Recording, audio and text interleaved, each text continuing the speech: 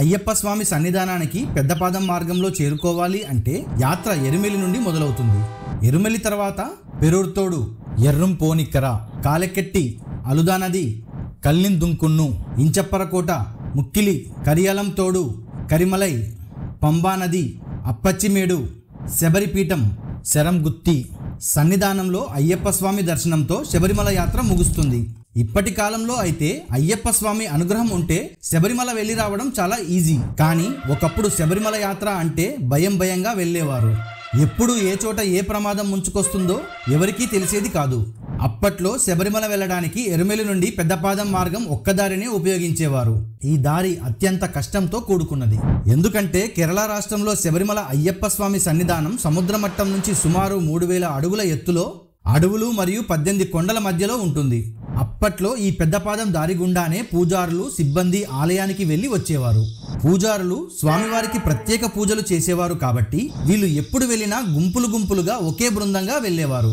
శబరిమల పూర్తిగా దట్టమైన అడవి ప్రాంతం కావడంతో యాత్రకి బృందాలుగా వెళ్లడం అప్పటి నుండే ఆనవాయితీగా వస్తుంది. ఇప్పటికీ కూడా అయ్యప్ప భక్తులు గుంపులుగానే వెళ్తున్నారు. యాత్రికులు శబరిమల అయ్యప్ప స్వామిని పెద్దపాదం మార్గంలో దర్శించుకోవాలి అంటే వివిధ మార్గాల్లో ఎరుమెలి అనే ప్రదేశానికి చేరుకోవాలి. యాత్రికులు ఎరుమెలి నుంచి శబరిమల చేరుకోవాలి అంటే 2 ముఖ్య మార్గాలు ఉన్నాయి. అందులో ఒకటి పెద్దపాదం మరియు రెండవది చిన్నపాదం. పెద్దపాదం దారైనా చిన్నపాదం దారైనా యాత్రికులు శబరిమల కంటే ముందు దారి మధ్యలో పంబా నదికి చేరుకోవాల్సి ఉంటుంది. చిన్నపాదం మార్గంలో బస్సులు కూడా తిరుగుతాయి.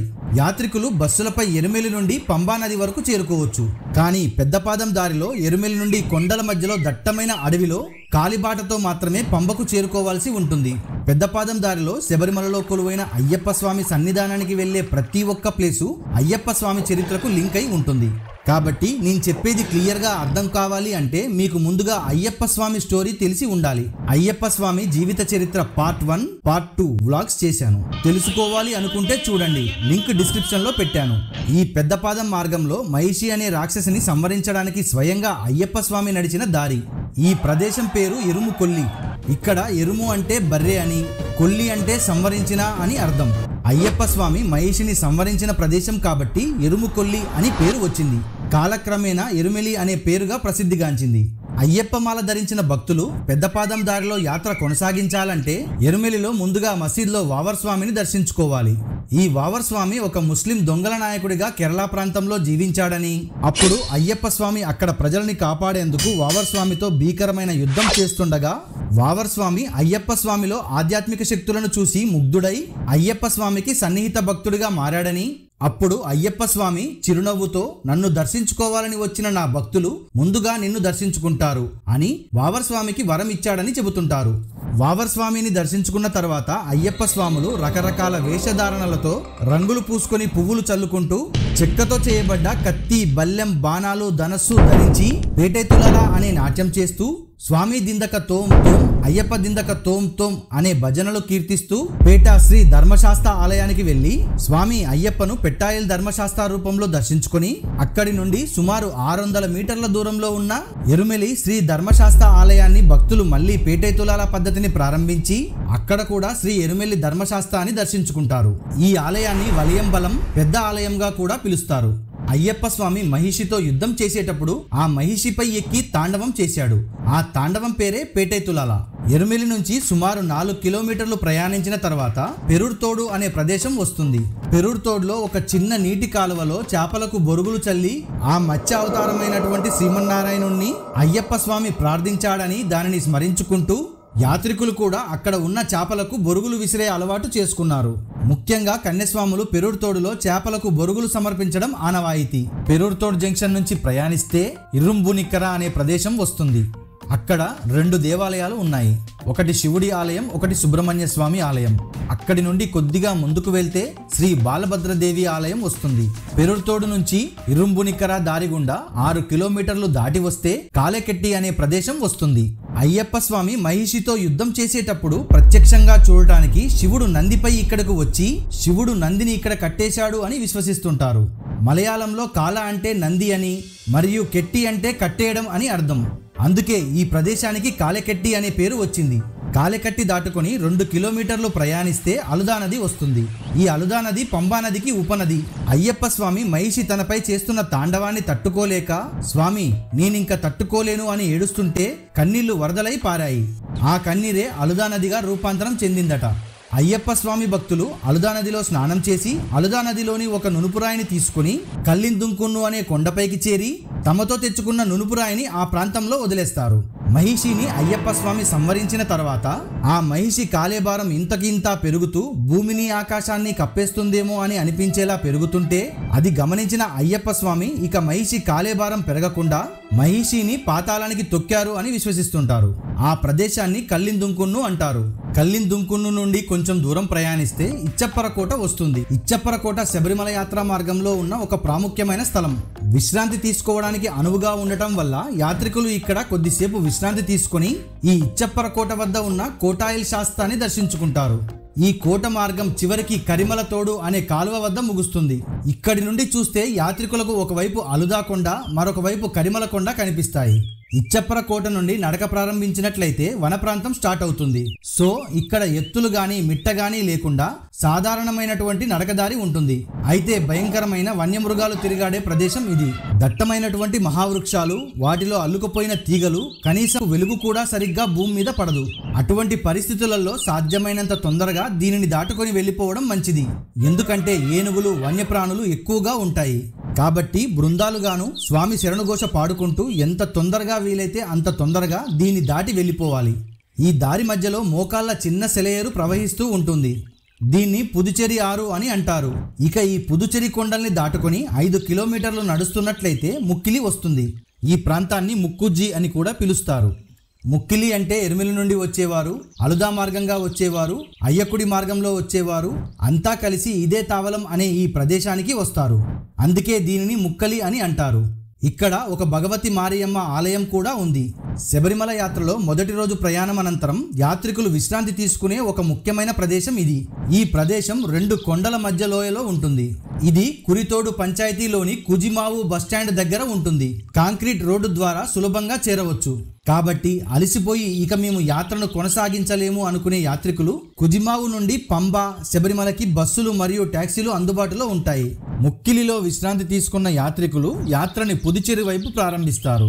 ముక్కిలి నుండి 6 కిలోమీటర్ల దూరంలో పుదుచ్చేరి వస్తుంది. అక్కడ అయ్యప్ప స్వామి భక్తులు స్నానం చేసి యాత్రను కొనసాగిస్తారు. కొద్ది దూరం ప్రయాణించగానే కరివెలంతోడు వస్తుంది. అక్కడ చిన్న నీటి కాలువ ప్రవహిస్తుంది. అరణ్యాలలో నివసించే వన్యప్రాణులు ఇక్కడ ప్రవహించే నీటితో దాహం తీర్చుకుంటాయి. ఈ కారణంగా సాయంత్రం 4 తర్వాత యాత్రికులను అనుమతించరు. సో ఉదయాన్నే కరివెలంతోడు నుండి కరిమలపైకి ఎక్కడానికి ప్రారంభిస్తారు.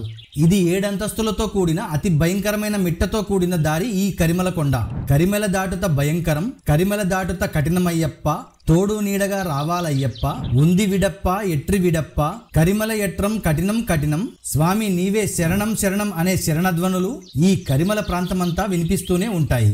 ఎందుకంటే అత్యంత కఠినమైనది ఈ కరిమల. చూడగానే గుండెలు అలసిపోయేటటువంటి భయంకరంగా ఉంటుంది ఈ కరిమల కొండ. అయ్యప్ప స్వామిని స్వామియే శరణమయ్యప్ప, తూకి విడప్ప, పాదబలంద అని అర్ధనాదంతో శరణు కోరుతూ నెమ్మదిగా కరిమల పైభాగాన్ని చేరుకుంటారు. కరిమల కొండపై ఎక్కుతున్నప్పుడు దారిలో కరిమలనాథుని మరియు కరిమల భగవతి విగ్రహాలు ఉంటాయి. ఇక ఈ వనయాత్రలో అతి కష్టమైన కరిమల కొండపైకి చేరేటప్పటికీ కుచ్చుకులుత స్వామి దర్శనమిస్తాడు. ఈ అయ్యప్ప స్వామి దీక్ష సరిగ్గా నిర్వహించని భక్తులను ఈ కరిమల కొండను ఎక్కకుండా లేదా దిగకుండా కుచ్చుకులుత స్వామి అడ్డుకుంటాడు అని భక్తుల విశ్వాసం.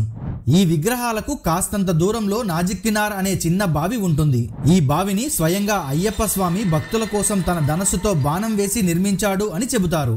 ఆ బావి ప్రత్యేకత ఏంటంటే ఎప్పుడూ నీటితో కలకలలాడుతూ ఉంటుందట. కరిమల కొండపై విశ్రాంతి తీసుకుని కరిమల కొండ దిగడానికి సిద్ధమవుతారు. ఇక్కడ కరిమల ఎక్కడం ఎంత కష్టమో దిగడం అంతకంటే ఎక్కువ కష్టం. చూడగానే 2 పక్కల భయంకరమైనటువంటి లోయలు. కొంచెం పట్టు తప్పామంటే ఏం జరుగుతుందో కూడా ఊహించడానికి కష్టం. అంత కష్టమైనటువంటి ఆ లోయని స్వామిని మనస్ఫూర్తిగా తలుచుకుంటూ కిందకి దిగేటప్పటికీ ఇక్కడ యాత్రికులు విరులు ఏర్పాటు చేసుకుని విశ్రాంతి తీసుకోవడానికి వెసులుబాటు ఉంటుంది. ఇక యాత్రను వలియానవట్టం, శరియానవట్టం అనే ప్రదేశాల మీదుగా ప్రయాణిస్తే పంబ పంబా నది మనకు స్వాగతం పలుకుతుంది. అయ్యప్ప స్వామి సన్నిధానం వెళ్లే మార్గంలో అతి పవిత్రమైన ప్రదేశం పంబా. పందల దేశాధీశుడైన రాజశేఖరుడికి అయ్యప్ప స్వామి బాలుని రూపంలో కంటాన గంటతో కూడిన సువర్ణమాల ధరించి దొరికిన ప్రదేశం ఇది. ఎరుమెలిలో వాహనాల్లో చిన్నపాదం మార్గంలో ప్రయాణించిన యాత్రికులు కూడా పంబాలోనే దిగుతారు. పెద్ద పాదంలో వచ్చిన అయ్యప్ప స్వామి భక్తులు, చిన్న పాదంలో వచ్చిన అయ్యప్ప స్వామి భక్తులు అందరూ అయ్యప్ప స్వామి సన్నిధానానికి కాలినడకనే వెళ్తారు. భక్తులు పంబా నదిని పవిత్ర గంగా నదిగా భావిస్తారు. పంబా నదిలో స్నానం చేసిన భక్తుల శాపాలను, చెడులను హరించి వేస్తుందని భక్తుల గట్టి నమ్మకం. పంబా నది తీరంలో జరిగే అతి ముఖ్యమైన ఆచారాలు పంబా సద్ది. పంబా సద్ది అంటే ఇరుముడిలో ఉన్న భోజన సామాగ్రితో భక్తులు అన్నదానం చేయడము అని అర్థం. పంబా నది తీరంలో పంబా విలుక్కు చూసి భక్తులు ఆనందిస్తారు. పంబా విలుక్కు అంటే భక్తులు పంబా నది ఒడ్డుకు చేరి దీపాలను వెలిగిస్తారు. అక్కడ మహాగణపతి, పార్వతి, శ్రీరాముడు, హనుమంతుడి విగ్రహాలు ప్రతిష్ఠించబడి ఉన్నాయి. వారికి మొక్కుకొని ఆశీర్వాదం తీసుకొని ముందుకు సాగుతారు. కొంచెం ముందుకు వెళ్ళగానే పందలరాజు ఆలయం కనిపిస్తుంది. దర్శించుకొని యాత్రను కొనసాగిస్తాము. పంబా నది నుండి దాదాపు 2.5 కిలోమీటర్ల దూరంలో ఉన్నటువంటి నీలిమల ఎక్కినట్లయితే ఆపాచీమేడు వస్తుంది. ఇక్కడ ఇరువైపులా కూడా గడగడలాడించే లోయలు కనిపిస్తాయి. పాదయాత్ర చేసే మార్గంలో 2 వైపులా అద్భుతమైన దృశ్యాలు కనబడతాయి. ఆపాచిమేడు నుండి యాత్ర ముందుకు కొనసాగిస్తే శబరిపీఠం వస్తుంది. ఈ స్థలం శబరి తపస్సు చేసిన ప్రదేశం అని పురాణాలు చెబుతున్నాయి. ఇక్కడ శబరి అనే ముసలావిడ తపస్సుకు మెచ్చి అయ్యప్ప స్వామి శాస్త్రాగీతను బోధించి ఆమె కోరిక మేరకు శబరిగిరిపై కొలువుంటా అని వరమిచ్చాడు అని పురాణాలు చెబుతున్నాయి. శబరిపీఠానికి ఇంకొద్ది దూరం ప్రయాణిస్తే శరం గుత్తి అనే ప్రదేశం వస్తుంది. శరం అంటే బాణం, గుత్తి అంటే గుచ్చటం. కన్యస్వాములు ఇరుముడిలో ఉన్న బాణాన్ని గుచ్చే ప్రదేశం ఇది. మహిషిని అయ్యప్ప స్వామి సంహరించి పాతాళానికి తొక్కిన తర్వాత లీలాదేవి శాప విముక్తురాలై బయటకు వచ్చి నయనమనోహరమైన అయ్యప్ప స్వామిని చూసి లీలాదేవి ముగ్ధురాలై తనని పెళ్లి చేసుకోమని ప్రాధేయపడుతూ అయ్యప్ప స్వామిని నిర్బంధించింది. లీలాదేవి అయ్యప్ప స్వామి చెప్పినట్టుగా మలికాపురత్తమ్మ అనే స్వరూపంతో ఆ కొండ మీదే ఉంటూ అయ్యప్ప స్వామి భక్తులను కటాక్షిస్తూ ఉంటుంది. ఈ మలికాపురత్తమ్మ ఆలయం అయ్యప్ప స్వామి ప్రధాన గుడి నుండి సుమారు 100 మీటర్ల దూరంలో ఉంటుంది. కన్యస్వాములు అంటే తొలిసారి దీక్ష తీసుకునేవారు అని అర్థం. ఈ కన్యస్వాములు తమతో తెచ్చుకున్న ఒక బాణాన్ని దారిలో శరంగుత్తి అనే ప్రదేశంలో గుచ్చుతారు. శరంగుత్తి నుండి 15 నిమిషాలు కాలినడక దూరంలో 18 ఉంటుంది. ఆ ఆలయానికి 18 మెట్లు ఉన్నాయి. ఆ 18 మెట్లను 18 అంటారు. ఆ మెట్ల కింద స్వామివారు వాడిన ఆయుధాలని రహస్యంగా ప్రతిష్ఠించి మెట్లు నిర్మించారు అని చెబుతుంటారు. 1984 పూర్వం 18 ఎక్కడానికి పరశురామ నిర్మితమైన రాతి మెట్లనే భక్తులు ఉపయోగించేవారు. భక్తులు మెట్లని ఎక్కేటప్పుడు ప్రతి మెట్టుపై కొబ్బరికాయను కొట్టేవారు. దాంతో భక్తులు మెట్లు ఎక్కడానికి ఇబ్బంది పడేవారు. ఇది దృష్టిలో పెట్టుకుని బోర్డు వారు 1985లో 18 పంచలోహ కవచం కప్పి మంత్రతంత్రాలతో కప్పేశారు. ఆ అయ్యప్ప స్వామి అస్త్రాల పేర్లు ఏమిటో ప్రతి ఒక్క అయ్యప్ప భక్తుడు తెలుసుకోవాలి. మొదటిగా శరం, చురిక, డమరుకం, కౌమోదకం, పాంచజన్యం, నాగాస్త్రం, హాలాయుధం, వజ్రాయుధం, సుదర్శనం, దంతాయుధం, నకాయుధం, వరుణాయుధం, వాయువాస్త్రం, సాగ్నాయుధం, బ్రహ్మాస్త్రం, పశుపాస్త్రం, శూలాయుధం, త్రిశూలం. ఈ 18 ఆయుధాలు 18 మెట్ల కింద ఉన్నాయని చెబుతారు. కాబట్టి మెట్లు ఎక్కే సమయంలో భక్తులు ఒక తన్మయత్వంలో మెట్లు ఎక్కుతుంటారు. సన్నిధానం వద్ద ఉన్న 18 మెట్లు ఎక్కి అయ్యప్ప స్వామిని దర్శించుకోవాలి అంటే అయ్యప్ప స్వామి దీక్ష తీసుకునేవారు, ఇరుముడి ధరించిన వారు మాత్రమే ఈ మెట్లు ఎక్కేందుకు అర్హత కలిగి ఉంటారు. ఎందుకంటే 18 మెట్లు పరిపూర్ణతను సాధించిన జ్ఞానానికి సంకేతం. అయ్యప్ప స్వామి దీక్ష తీసుకుని ఇరుముడి ధరించిన వారు 18 మెట్లు ఎక్కి సన్నిధానంలో పానవటం పైన కూర్చొని ఉన్న అయ్యప్ప స్వామిని దర్శించుకుంటారు. ఇలా అయ్యప్ప స్వామి దర్శనంతో శబరిమల యాత్ర ముగుస్తుంది. మకర సంక్రాంతి రోజు మాత్రం అయ్యప్ప స్వామికి తిరు ఆభరణాలు అలంకరించి కర్పూర హారతి గుళ్ళో ఇవ్వగానే తూర్పు దిక్కు పొన్నం బలమేడు నుండి భక్తులకు జ్యోతి దర్శనం అవుతుంది. పెద్దపాదం యాత్రా మార్గంలో ఉన్న ప్రాంతం శక్తివంతమైన ఔషధ మొక్కలతో నిండి ఉంటుంది. ఔషధ మొక్కల నుండి రాలిన ఆకులు నదిలో నీటితో కలిసి ప్రవహిస్తుంటాయి. అందుకే సాంప్రదాయబద్ధమైన పెద్దపాదం యాత్రా మార్గంలో శబరిమలకు ప్రయాణించే అప్పుడు తాజా వాయువు పీల్చడం, అంతేకాకుండా అలుదా నదిలో మరియు కరియలం తోడులో స్నానం చేయడం వల్ల భక్తులను అనేక వ్యాధుల నుండి విముక్తి కలిగిస్తుందని నమ్ముతారు. సో ఇలాంటి మెడిసినల్ అడ్వాంటేజెస్ ఉన్నాయి కాబట్టి ఎవరైనా పెద్దపాదం దారి నుండి యాత్ర చేయగలిగితే చాలా చాలా మంచిది. వయసు పైబడిన వారు, చిన్నపిల్లలు, అనారోగ్యంతో ఇబ్బంది పడుతూ నడవలేను అని అనుకునేవారు చిన్నపాదం దారి నుండి యాత్ర చేయడం మంచిది. మీ వనయాత్ర ఆనందకరంగా, క్షేమంగా, ఎటువంటి ఆటంకాలు లేకుండా అయ్యప్ప స్వామి వారి దివ్య రూప దర్శనం జరిగి తిరిగి క్షేమంగా మీ స్వస్థలాలకు చేరుకోవాలని మనస్ఫూర్తిగా రుద్ర వ్లాగ్ టీం తరఫున కోరుకుంటూ ఓం శ్రీ స్వామియే శరణమయ్యప్ప.